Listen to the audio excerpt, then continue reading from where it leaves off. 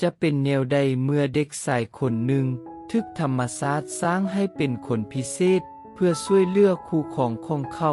เฮาไปติดตามนำกันในเรื่องแก่คำสาปอยู่ในหมู่บ้านแห่งหนึ่งไข่จากเมืองใหญ่มีเด็กน้อยผู้หนึ่งชื่อว่ากิทองดี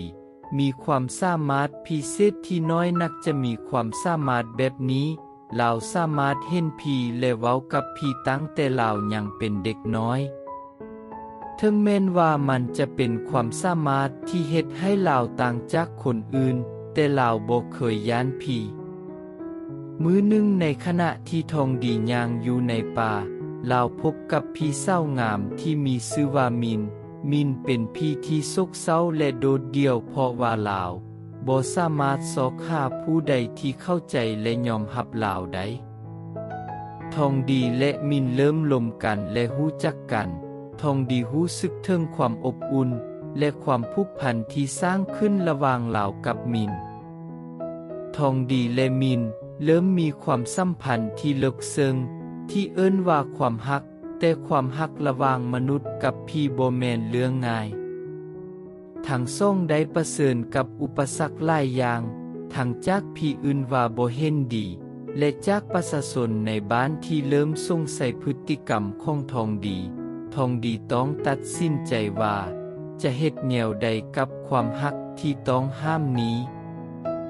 ทองดีได้เว้ากับตัวเองว่า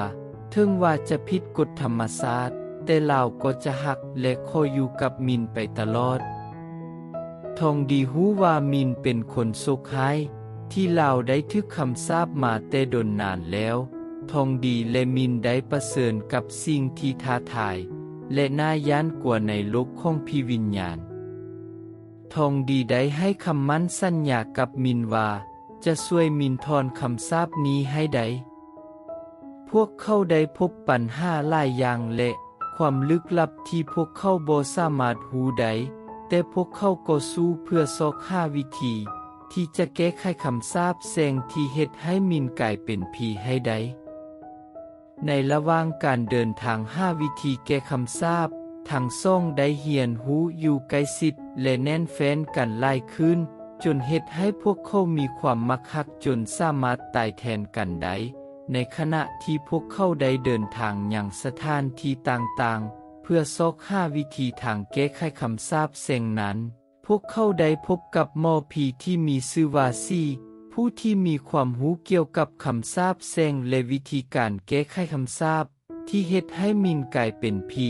แม้นเกิดมาจากความอิจฉาของผีที่เคยเป็นพี่น้องของมินเพราะมีความอิจฉาบังเบียดกันแต่ในสมัยที่พี่ตนนี้ยังเป็นคนดังนั้นทองดีและมินต้องซอกหาวิธีที่จะทำลายคำสาปแสงนี้พอหมอได้แนะนำให้พวกเข้าไปซอกหาหีบใบหนึ่งและมันมีวัตถุปริศนาอยู่ในนั้นที่จะแก้คำสาปใดและมันอยู่ในสถานที่ห่างไกลจากหมู่บ้านที่นี้ซึ่งห่างไกลซอกลีกแต่การซอกหาวัตถุนี้บ่แม่นเรื่องง่ายหลังจากนั้นพวกเขาก็ได้ออกเดินทางพวกเขาได้ประเสริญกับสิ่งอันตรายและสิ่งท้าทายหลายอย่างทองดีและมินได้ไปฮอดสถานที่นั้นแล้วพบว่ามันเป็นถ้ำที่ลึกลับซึ่งมีพวกพี่วิญญาณรักษาไว้อยู่ในขณะที่พวกเขาพยายามเอาวัตถุนั้นมาแม้นได้ต่อสู้กับพี่วิญญาณอยู่ที่นั้นด้วยมีดอาคมที่พมได้ให้ทองดีติดตัวมานำแต่พี่วิญญาณอยู่ที่นั้นก็บ่ยอมง่ายเป็นเวลาโดนพอสมควรทั้งสองจึงสามารถเอามาได้ซึ่งมันเป็นหีบน้อยหลังจากกลับมาแล้วทองดีได้เปิดหีบน้อยนั้นออกมาพบว่าเป็นหุ่นของมินที่ทึกมัดด้วยไฟติดกับตะปูลงศพ7 ป่าช้าย้อนสาเหตุนี้เองจึงเฮ็ดให้มินได้กลายเป็นผีในคำสาปนี้ทองดีได้เฮ็ดพิธีเป่าคาถาแล้วแก้ไฟนั้นออกจนสำเร็จแล้วมินเองก็ได้กลับล้างเป็นมนุษย์ในเวลานั้นทั้งสองได้กอดกันและดีใจเลื่อล้นมินบ่คิดเลยว่าจะสามารถกลับมาเป็นมนุษย์อีกครั้งใดเขาได้แสดงความซาบซึ้งต่อทองดีที่ให้ชีวิตเข้ามาอีกครั้ง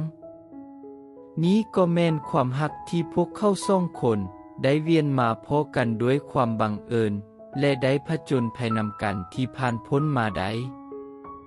สุดท้ายทั้งสองก็ได้อยู่กินนำกันที่บ้านของทองดีถึงว่าจะมีอุปสรรคและสิ่งท้าทายหลายอย่างแต่ความหักของพวกเขาก็บืนมันไปได้และมั่นคงตลอดไป